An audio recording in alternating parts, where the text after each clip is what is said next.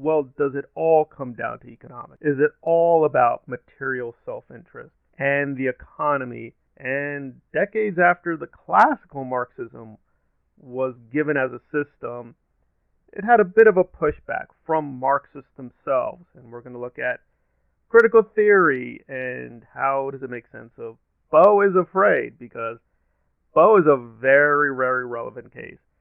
And I'm only going to look at a few of the figures of the Frankfurt School because it's a very, very big school. It has many different personalities. I'm mainly going to concentrate on Adorno, but bring in a few other people. And it's actually very short and simple. So the problem with classical Marxism was it didn't really have a theory of ideology, of politics, or even consciousness. And the Frankfurt School was built up very consciously to answer this big gap in the theory that, well, why will people, quote, join the revolution or push humanity forward to freedom? Because clearly, empirically, even if you're oppressed, you don't necessarily want to be free. And the question is why? And the Frankfurt School tried to analyze films and novels, works of art, and habits of, quote, raising children, sexuality. You go through the list. They just thought, well, these areas of life cannot be reduced to just economics. There has to be more that Marx is not really telling us. And Adorno was one of the most consistent and very rigorous thinkers. And even today, his work on fascism and authoritarianism does hold up. He's actually made some very, very strong contributions to how empirically we examine fascism and authoritarianism. Unfortunately, the analysis is extremely bleak because for Adorno, there just really wasn't any hope after the classical system sort of was shown to be very, very flawed. And they saw this for themselves, that with Hitler rising and fascism winning in many parts of Europe, that manifestly a huge amount of the population in Europe and even the US wanted, or at least was tolerant of, Hitler and Nazism. And that just showed that, for the most part, the society and system we had, which they kind of denoted as the cultural industry, is devoted to basically brainwashing people and getting people ready to become authoritarians and Nazis. And at the end of the day, people don't want to be free.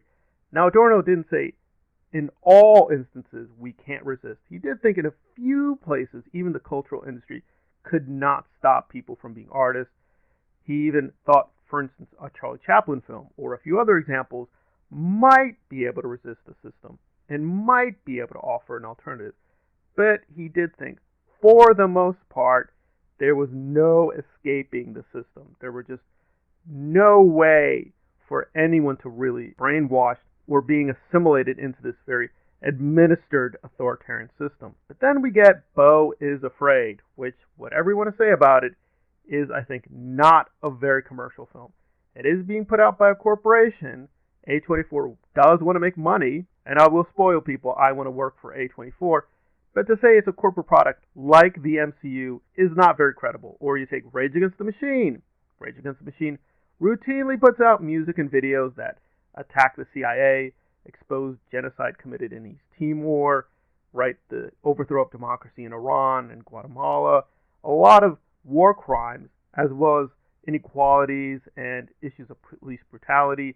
You go through the list, and again, for Adorno, this is a part of the system. The system will allow certain cultural products to appear to resist, but really they're a part of the system. Now, if he means things like Maroon or Moran 5, and I like their music, by the way, I'm not making fun of them, or Nickelback, yes, he has a point, right? These corporations do put out this allegedly rebellious music or allegedly rebellious films or, quote, progressive films like Captain Marvel or Endgame or Infinity War or whatever, and they make it marketed like, oh, it's all very inclusive, representation, showing fascism with every film, but really they're not really interested in revolution or resistance.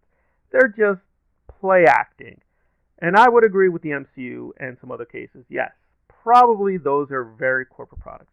There may be some artistry at play, but for the most part we understand they're being given to us as a corporate product, and oftentimes literally with the assistance of the Pentagon or CIA. I know with Captain Marvel, it's a fact. The Pentagon helped with Captain Marvel.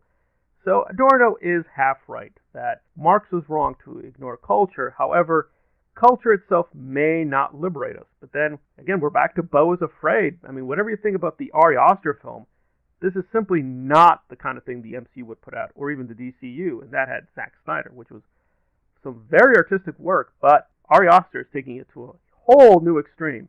And yes, A24 wants to make money, but no one in their right mind thinks this is going to make like Avengers Endgame money.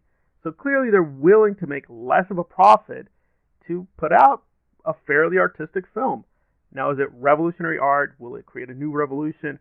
Probably not, but again, just from an analytic angle, Adorno can't answer that. He may be right that we should be pessimistic in most cases of the media we're consuming, but not in all cases. Clearly there is some space. Admittedly, it's a small space, but you can somewhat resist the system, and you can do it artistically. I am going to support Ari Aster. I'm going to pay for Beau. I will recommend other people to support Beau, because whatever you think, this is a rare film to put out. Does it verify Adorno? I do think it challenges him, but I do think Adorno's pessimism is warranted. But even a very sharp thinker can, I think, go too far. And I think Adorno sometimes was guilty of being too pessimistic of the prospect for artwork in our current system.